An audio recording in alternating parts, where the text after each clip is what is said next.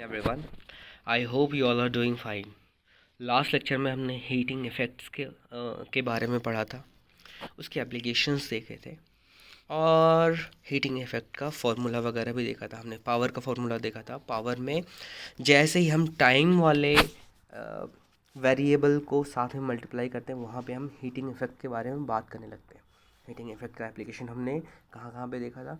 पानी को गर्म करने में, कपड़े को इस्त्री करने में, या फिर रूम को गर्म रखने के लिए हीटर के फॉर्म में।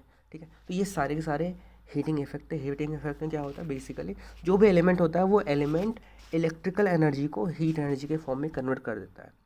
वहाँ पे हमने एक फार्मूला भी यूज़ किया हुआ था, H is equal to V into I into T. T क्या था? टाइम। जितना ज़्यादा टाइम के लिए इलेक्ट्रिसिटी प्रोड्यूस होता रहेगा, उतना ही ज़्यादा हीटिंग इफेक्ट बढ़ता जाएगा। H is directly proportional to T, is directly proportional to V, is directly proportional to I। V की जगह पे अगर हम आई आर अगर हमने रख दिया होता तो H इज़ इक्वल टू क्या हो जाता? V की जगह पे अगर हमने आई आर रख दिया होता तो I into R into I into T. That means H is equal to I square R T. यहाँ पे I जो है करंट है, R है रेजिस्टेंस और T है टाइम, कितने देर के लिए इलेक्ट्रिसिटी सप्लाई हो रही है थ्रू आउट द सर्किट। ये तो हमने कर लिया था। उसके बाद हमने इसको थोड़ा सा और फर्दर मॉडिफाई करना हो फॉर्मूले को, तो हम R की जगह पे क्या लिख सकते हैं? R is equal to rho L by A. हमने इनके बारे में पढ़ा था कि यहाँ पे रो एक कांस्टेंट है जिसको हम क्या बोलते हैं? रेजिस्टिविटी, जो कि for a material at A given temperature constant होती है इसकी वैल्यू। क्लियर है? हाँ, अगर हम टेम्परेचर को वेरी करते हैं तो रेजिस्टिविटी की वैल्यू चेंज होती रहती है। अगर कोई कंडक्टर है उसकी रेजिस्टिविटी बहुत ही ज़्यादा कम होगा, और कोई अगर इंसुलेटर है उसका रेजिस्टिविटी बहुत ज़्यादा होगा। ये भी हमने थ्रू द चार्ट हमने देखने की कोशिश करी थी। आज हम क्या करने वाले हैं? आज हम पढ़ने वाले हैं practical applications of heating effect of electric current.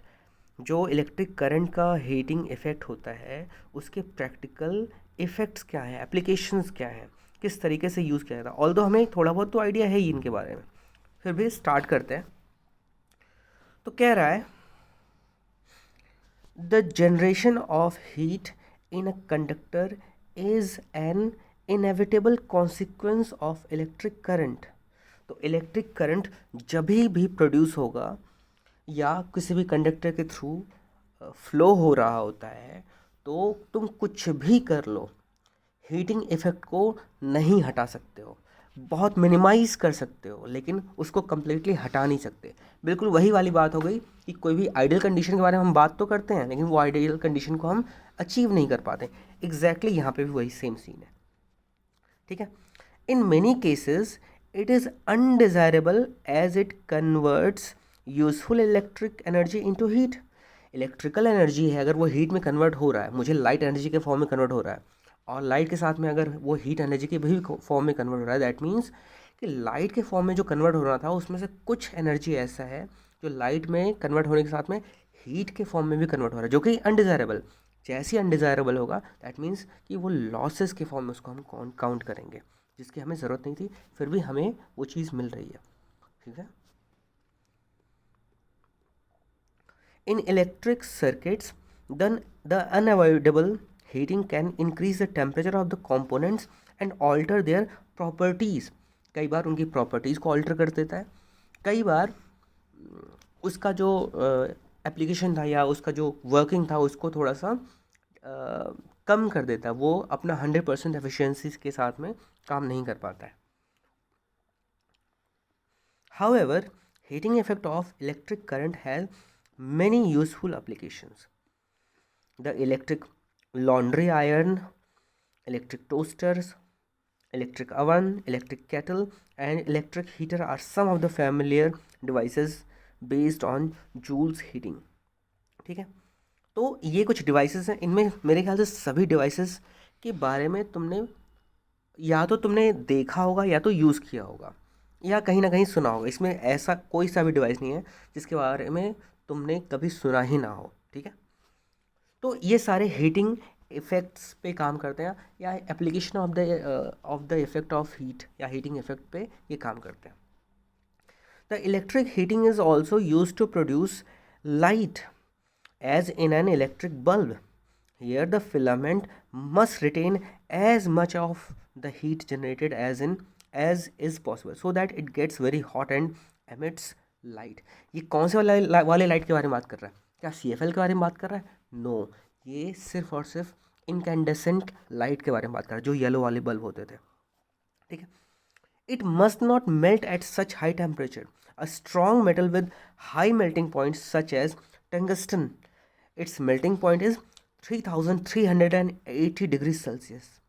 इतने टेम्परेचर पे अगर चला गया हीट की वजह से वो टंगस्टन का टेम्परेचर, तब जाके वो मेल्ट करेगा, तब जाके वो ब्रेक करेगा. ठीक है. It is used for making bulb filaments. हमने बल्ब के कंपोनेंट्स के बारे में पढ़ा था. बल्ब के टर्मिनल्स होते हैं, उसके बाद फिलामेंट होते हैं, और ऊपर से बल्ब को प्रोटेक्ट करने के लिए ऊपर कांच का कवरिंग होता है. ठीक है. The filament should be thermally isolated as much as possible. Thermally isolate करने के लिए हम बल्ब के अराउंड हम क्या लगाते हैं, वो शीशा लगाते हैं, जिससे वो सराउंडिंग एयर वगैरह है वो अंदर ना जा पाए. ठीक है. Using insulating support etcetera, the bulbs are usually filled with chemically inactive nitrogen and argon gases to prolong the life of filament. तो फिलामेंट के लाइफ को प्रोलॉन्ग करने के लिए क्या चाहिए? पहली बात तो कि it should be thermally isolated. Thermally isolate कैसे करेगा? जब उसका माहौल, उसका जो सराउंडिंग है वो ऐसे गैसेस के साथ में हो जो रिएक्ट करते ही नहीं हो, जो ऑलमोस्ट नॉट रिएक्टिव हो. कई बार हम जो है इनर्ट गैसेस के बारे में बात कर सकते हैं, जो कि लास्ट वाले ग्रुप जो हम पीरियोडिक टेबल देखते थे उसमें जो लास्ट ग्रुप होता था ऑफ एलिमेंट्स, उसमें जो है वो सारे के सारे जो एलिमेंट्स हैं वो सारे के सारे गैसेस हैं, और वो सारे गैसेस को हम इनर्ट गैसेस क्यों बोलते हैं? क्योंकि वो किसी भी अदर कंपाउंड के साथ में रिएक्शन इन जनरल नहीं करते हैं. ठीक है. Most of the power consumed by the filament appears as heat, but a small part of it is in the form of light radiated. तो कई बार क्या होता है कि जब हमें हीट एनर्जी चाहिए होता है तो कई बार उसके साथ में लाइट भी प्रोड्यूस होता है, जबकि हमें लाइट यहाँ पे नहीं चाहिए थी.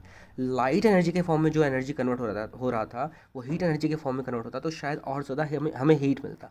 इसका मतलब ये हुआ कि हीट एनर्जी के फॉर्म में भी जो कन्वर्ट हो रहा है 100% हीट के फॉर्म में कन्वर्ट नहीं हो पा रहा है. क्लियर है? वहाँ पे भी कुछ लॉसेस हो रहे हैं लाइट के फॉर्म में.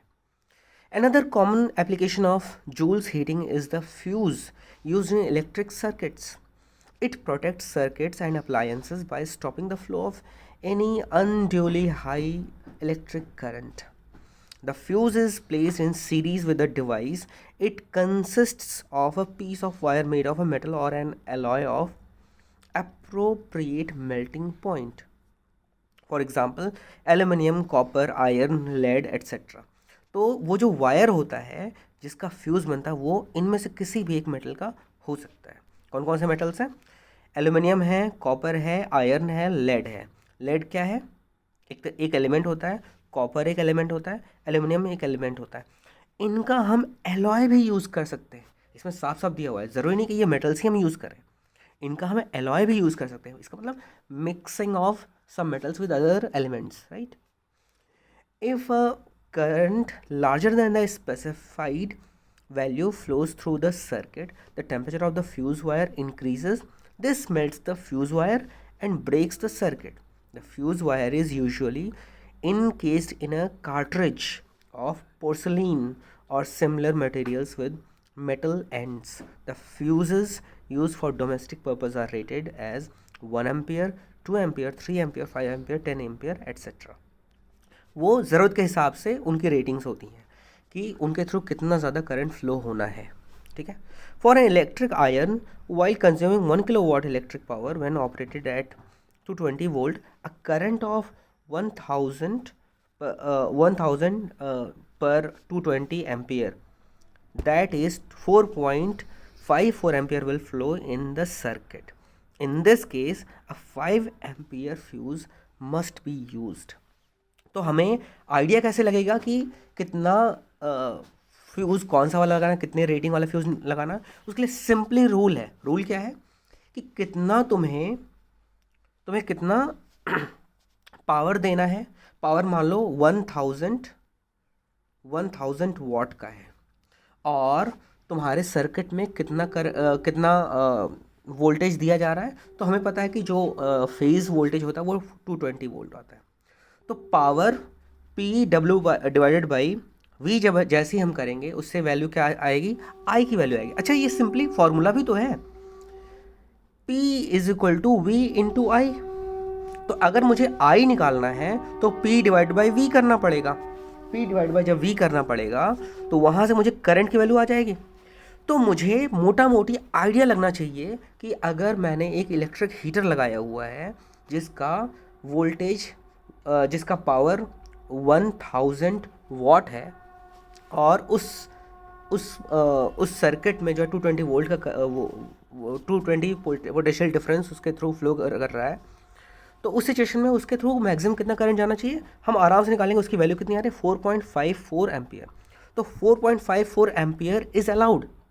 लेकिन अगर मान लो इससे ज़्यादा वैल्यू उनके थ्रू उस सर्किट के थ्रू उससे ज़्यादा वैल्यू का करंट चला गया, अगर उससे ज़्यादा वैल्यू का करंट चला जाएगा, उस केस में क्या होगा?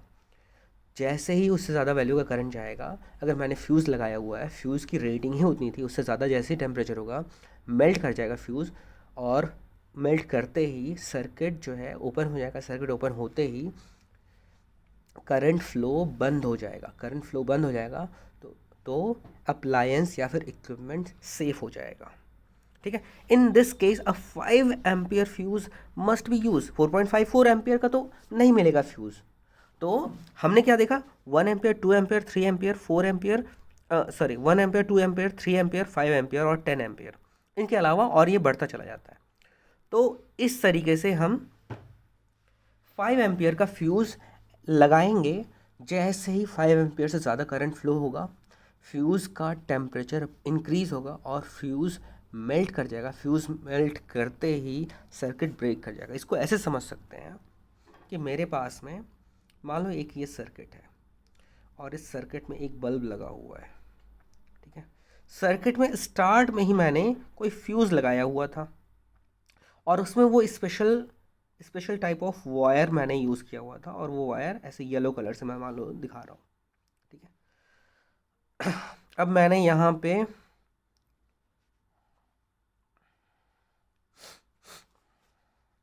सप्लाई दिया और जैसे ही इसकी रेटिंग थी 5 एम्पियर, 5 एम्पियर की रेटिंग थी।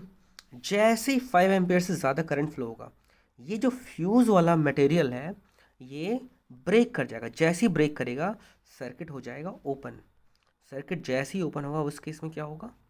सर्किट ओपन होते ही करंट फ्लो करना बंद कर देगा और मेरा बल्ब फ्यूज़ होने से बच जाएगा। जबकि बल्ब की कैपेसिटी ही थी कि 5 एम्पियर तक करंट जो है आएगा तो ग्लो करेगा, उससे ज़्यादा आएगा तो शायद इसका भी जो एलिमेंट है, फिलामेंट है, वो मेल्ट कर सकता था। तो उसको बचाने के लिए हम फ्यूज़ का इस्तेमाल करते हैं। तो यहाँ पे भी हीटिंग इफेक्ट का काम आता है। तो हीटिंग इफेक्ट के ये 2-3 एप्लीकेशंस हमने देखे अभी। ठीक है। आई होप ये समझ में आया होगा सबको। बाकी हम नेक्स्ट लेक्चर में इलेक्ट्रिक पावर पढ़ेंगे। ठीक है। तब तक आराम से रिवीजन करते रहना है और प्रॉपर पढ़ाई करनी है। अगर एग्ज़ाम नहीं भी होता है तो भी हमें प्रॉपर पढ़ाई करनी है, क्योंकि जो नॉलेज है, नॉलेज वेस्ट तो नहीं जाएगा, वो इन फ्यूचर आगे काम में आएगा। ठीक है। तो आज यहीं ख़त्म करते हैं। Thank you.